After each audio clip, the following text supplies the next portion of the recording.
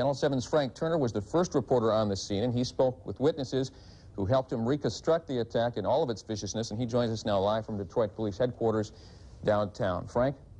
Well, Guy, in the wake of this traumatic and sad incident, Detroit Police Chief Stanley Knox held a press conference that was at times very emotional for him just a few moments ago. We'll have more on that just a bit later. As of right now, 7 Detroit police officers, including a sergeant who stood by and watched this incident without intervening, have been suspended without pay. At the scene, Malice Green's blood still runs in the street at West Warren and 23rd on the city's southwest side. It was there that at 10:30 last night, he was beaten to death, according to witnesses, by 2 white police officers of the 3rd Precinct's so-called booster squad.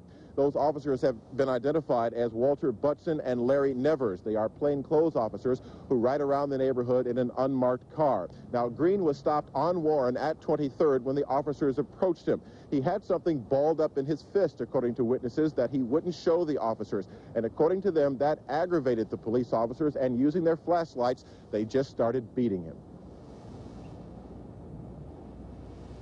When they pulled him over, they told him to get out the car. He got out the car and asked him what was the problem. And then they was just saying, open your hand. He had his hand balled up like I got this key, and he had it balled up, and he wouldn't open it. All of a sudden, they came up behind, just started hitting him in the back of the head and pushed him down. He just went unconscious. His eyes was open, but he wasn't moving. And they kept beating him? They kept hitting him until he fell out unconscious. Stacey Baker says he could only watch helplessly and in horror as 35-year-old Malice Green was savagely beaten by the 2 plainclothes police officers. How many blows do you think? I wasn't counting, but I could see it had to be at least about 8 apiece. Was he fighting back? He wasn't fighting back. He had his hands up till his hand just fell down. He wasn't even fighting back. All of this was just minutes after Green stopped to talk to this man from his car when officers Budzyn and Nevers, known as Starsky and Hutch, rolled up. I don't know what it did then. He had his hand balled up, and they said, "What you got in your hand?" And then they went to beating him. That man, Did they drag him out of the car? No, they beat him in the car. They beat him in the car. Then the other one went on the other side, opened the driver's side door, and man, they beat him down like a dog. Did he do anything at all to provoke them? No. Other than not open his hand, they beat his knuckles first, man. This stuff first. Did he have drugs in his hand? I have no idea. I have no idea. Witnesses by the dozen were either standing nearby or driving past as the beating took place, but the reputation of Starsky and Hutch keeps most off camera. When I turned around and came back, I saw blood all over the car and blood in the street, and the officer yelling at him, and I saw the officer strike him once with his flashlight in his head. Was he fighting back at all? No, he wasn't. You know, he was like, at that point, he seemed like he was already, powerless. And who was striking him? The plainclothes officer? The plainclothes officer struck him with his flashlight. Did he ever make his way out of the car? Nuh-uh. They had to drag him out of the car. They had to. They told us to leave. So we left, and next thing I know, he's laying out in the street full of blood. And when we left and came back out, the emergency was out there, all right? They wouldn't touch it. Then they came back and started hitting the guy again. He wanted no defense to do nothing to nobody. Even after EMS showed up, they hit him a couple more times. So I wanted to help him, but what I'm going to do then, I just be getting licks. I wanted to just say something, but, what can I do? We couldn't do nothing. I thought they was going to stop after a while. Well, I thought he might have had something in the car like weapons or a big amount of drugs or something, but it was just a routine traffic stop. Or he might have seen him buy drugs or something. I don't know what made him do it, though. And then he got out, and the man got out to open his back of his trunk up and just wiped the blood off the flashlight and put it back where he had it at.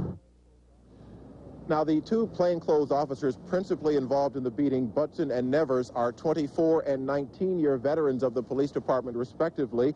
In fact, Nevers is the most highly decorated officer at the 3rd Precinct. This is obviously creating a traumatic situation for the police department as well. As I mentioned earlier, Police Chief Stanley Knox held a news conference just moments ago, and here's what he had to say. In my direction, 7 officers will be suspended today. The investigation by the Special Assignment Squad of the Homicide Section is continuing, and a police board of review has been impaneled.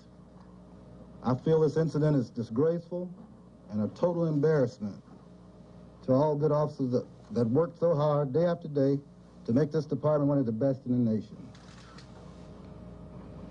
Mayor Young, who I spoke to earlier today regarding this matter,